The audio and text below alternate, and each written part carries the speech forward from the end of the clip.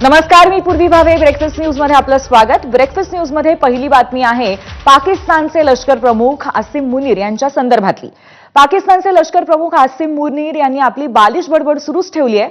भारतावरती आण्विक हल्ल्याची धमकी देत गुजरातमधील जामनगर इथल्या रिलायन्स इंडस्ट्रीज लिमिटेडच्या रिफायनरीवरती लक्ष साधण्याचा इशारा मुनीरने दिलाय. भविष्यात भारताशी लष्करी संघर्ष झाला तर जगातील सर्वात मोठी जामनगरची ऑइल रिफायनरी लक्ष्य करण्याची दिवा स्वप्न मुनीर पाहू लागलाय. अमेरिकेतील फ्लोरिडा राज्यातील टॅम्पा इथे आयोजित औपचारिक भोजन सोहळ्यात त्यांनी ही बडबड केली. यावेळी त्यांनी कुराणातील एका आयतीसह रिलायन्सचे चेअरमन मुकेश अंबानी यांचा फोटो असलेल्या सोशल मीडिया पोस्टचा दाखला दिला. मुनीरचं हे वक्तव्य म्हणजे मुकेश अंबानी यांना थेट धमकी असल्याचं मानलं जात आहे.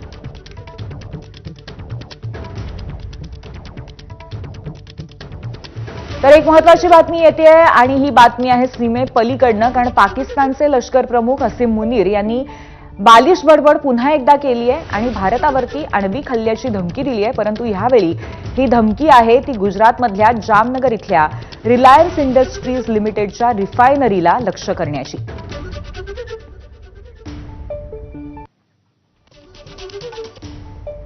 नक्की मुनीर यांची बडबड काय आपण पाहूयात. भविष्यात संघर्ष झाला तर आम्ही जामनगर ऑइल रिफायनरी लक्ष्य करू.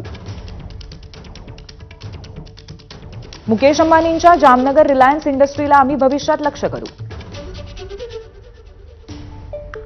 भारताने नद्यांवर धरणं बांधली की आम्ही क्षेपणास्त्रांनी उडवून देऊ.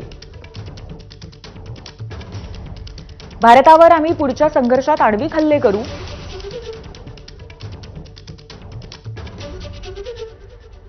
एकूणातच अत्यंत बेताल अशा पद्धतीची बडबड आसिम मुनीर यांनी केलेली आहे आणि भारताला धमकावण्याचा एक पोकळ प्रयत्न त्यांनी पुन्हा एकदा केलाय.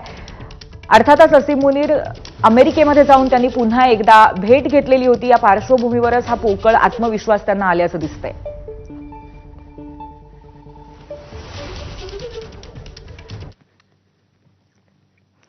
आणि या बातमीनंतर